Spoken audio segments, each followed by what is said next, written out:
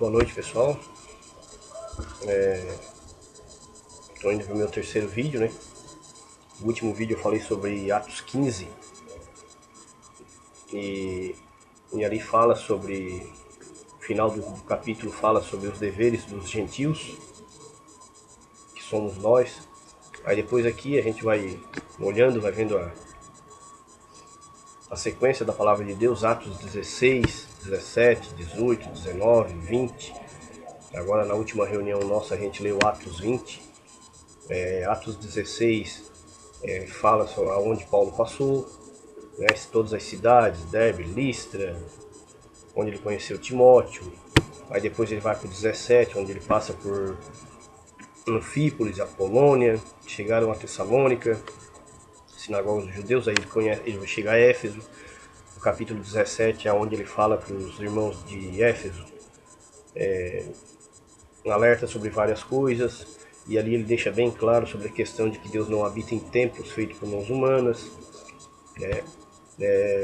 No 18, depois disso, partiu para Atenas, chegou em Corinto, conheceu Apolo, né, um homem que tinha muita sabedoria no falar.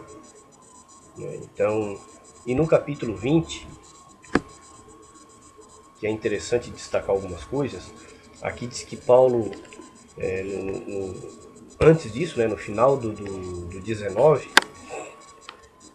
houve uma grande confusão aqui, porque os judeus, como sempre, intentando alguma coisa contra Paulo e contra os irmãos, e eles sempre conseguindo se sair das ciladas, né? Então Paulo passou muito isso, passou muito trabalho com os judeus, com os religiosos, não só com eles, mas com outros que ganhavam dinheiro em cima de pessoas que tinham espírito de adivinhação, que o foco do ser humano é sempre ganhar dinheiro em cima de alguma coisa. Então, aqui no capítulo 19, não, no 20, diz assim, ó, e depois que cessou o alvoroço, todo aquele alvoroço que aconteceu lá no capítulo 19, Paulo chamou a seus discípulos e, abraçando-os, saiu para a Macedônia. E, havendo andado por aquelas terras, exortando-os com muitas palavras, veio à Grécia.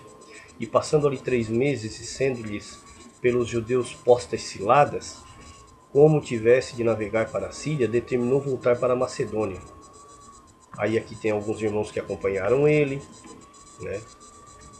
No 7 diz assim, ó, no primeiro dos sábados, ajuntando seus discípulos para o partir do pão,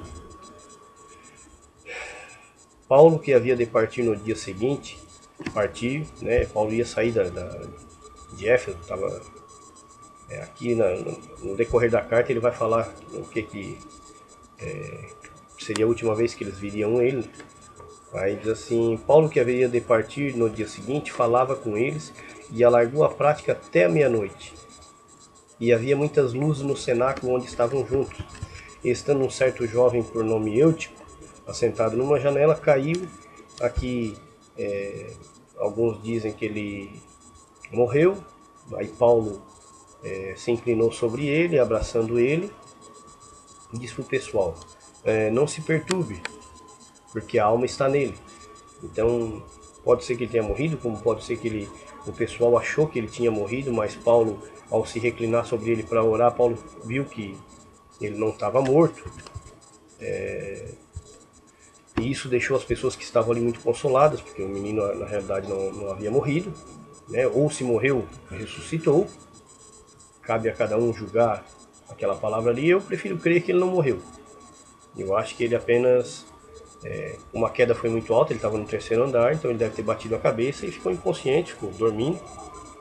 Mas quando Paulo se reclinou sobre ele, Paulo disse, não se perturbe, que ele não está morto, a alma está nele. Aí no 13 ele diz assim, ó, nós porém subindo ao navio navegamos até Assos, onde deveríamos receber a Paulo, porque assim o ordenara, indo ele por terra, e logo que se juntou conosco em Assos, o recebemos e fomos a Mitilene.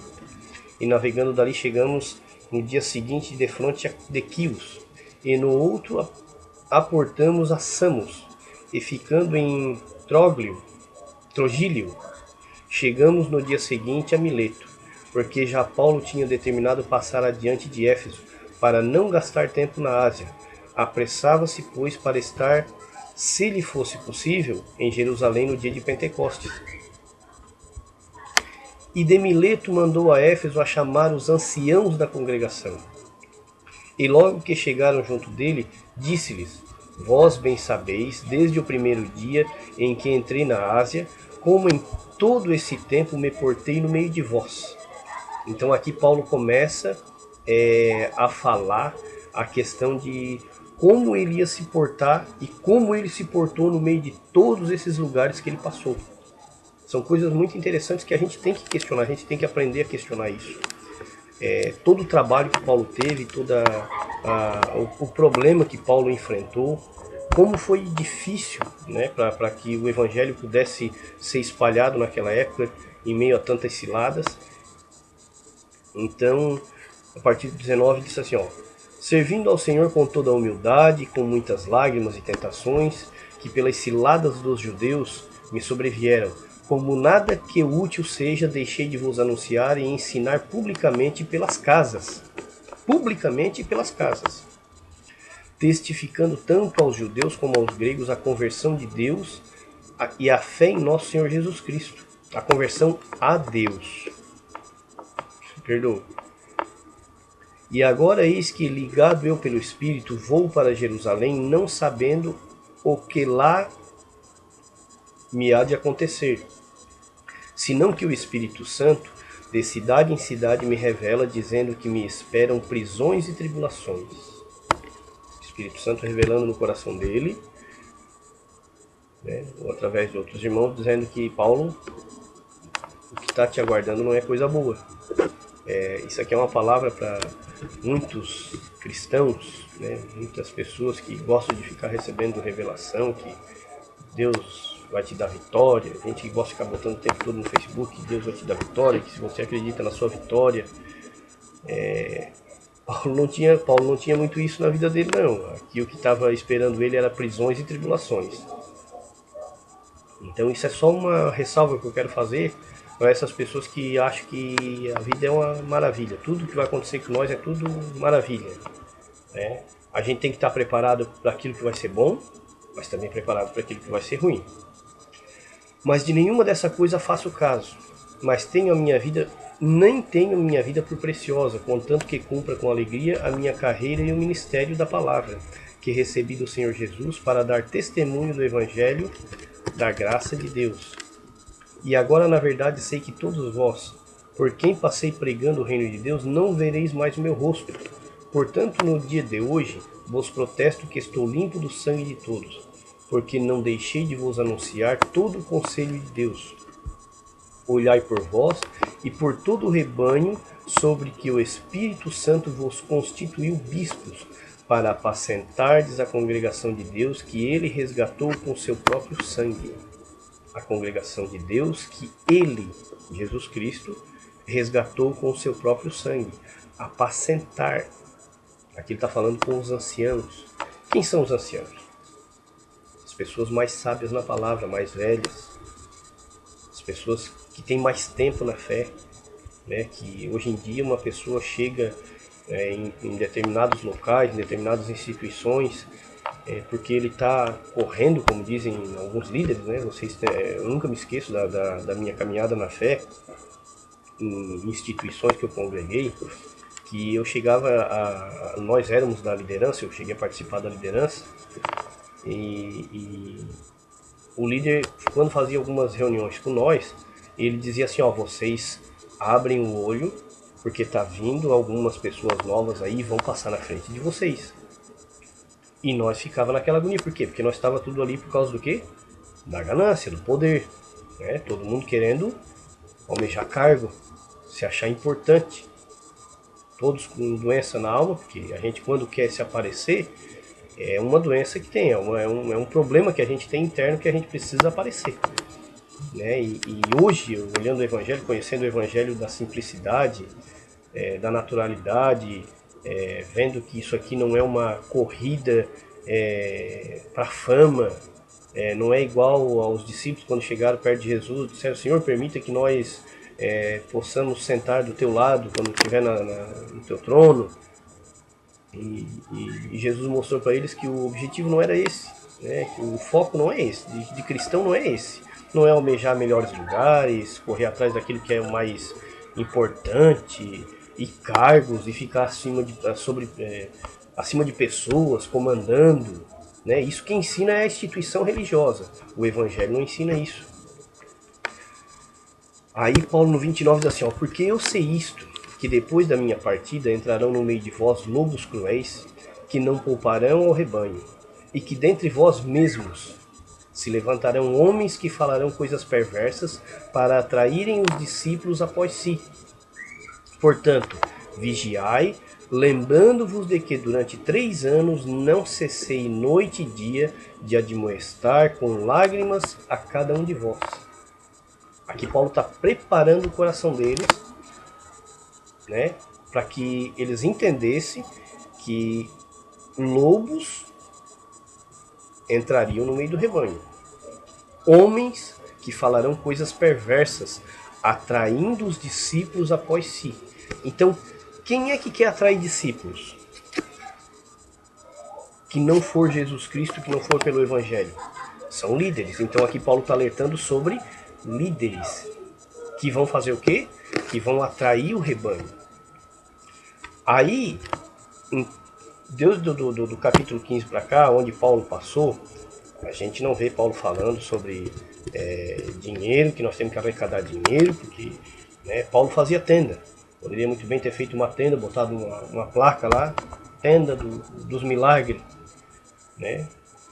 E o pessoal entrando lá para dentro, ele encher de banco, chamar Timóteo, Tito, gente, vamos encher de banco aí, que hoje nós vamos falar da palavra de Deus, mas nós vamos arrecadar. Aí Paulo vai lá e fala 2, 3 minutos da palavra e o restante ele fica ali. Gente, agora nós temos que ajudar a obra do Senhor. Então, isso não existe na Bíblia, tá aqui, Novo Testamento. Se alguém querer pegar o Novo Testamento, lê ali e me mostra onde que Paulo se preocupou em ficar falando sobre questão financeira. Tem alguns textos, é lógico que ele fala, mas é para ajudar irmãos necessitados. Que é lá em Coríntios, ele fala sobre ajudar irmãos necessitados. Isso aí ele fala. Arrecadação para os santos, que é para os irmãos.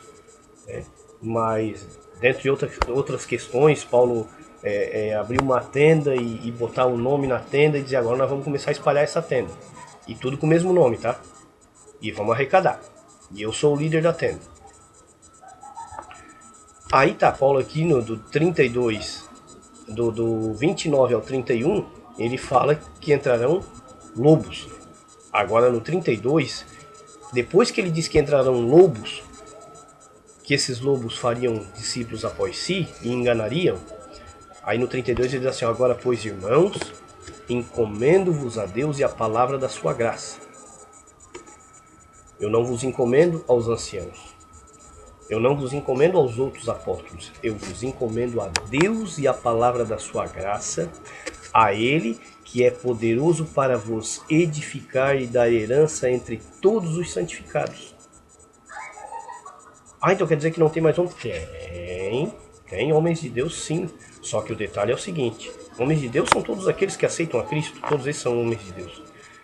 Mas o detalhe é o seguinte, por que Paulo está encaminhando a Deus e a sua palavra? Porque a gente conhecendo a palavra de Deus, a gente não é enganado. Aí no 33 ele diz assim, ó, de ninguém cobicei a prata, nem o ouro, nem as vestes.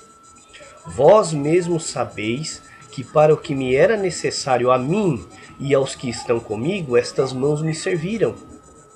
Tenho-vos mostrado em tudo que, trabalhando assim, é necessário sobrelevar os enfermos e lembrar as palavras de nosso Senhor Jesus, que disse, mais bem-aventurada coisa é dar do que receber.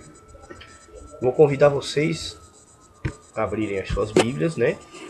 Olhem a partir do versículo 33, imaginem vocês que conhecem algumas pessoas que estão dentro de instituições, alguns líderes religiosos, a vida que muitos deles levam, ou a grande maioria, e vamos ler a partir do 33 e ver se tem como casar uma coisa com a outra. 33. De ninguém cobicei a prata, nem o ouro, nem a veste.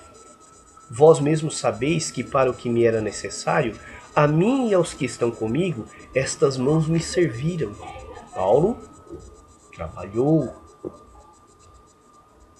Tenho-vos mostrado em tudo que, trabalhando assim, é necessário sobrelevar os enfermos e lembrar as palavras do Senhor Jesus que disse: mais bem-aventurada coisa é dar do que receber.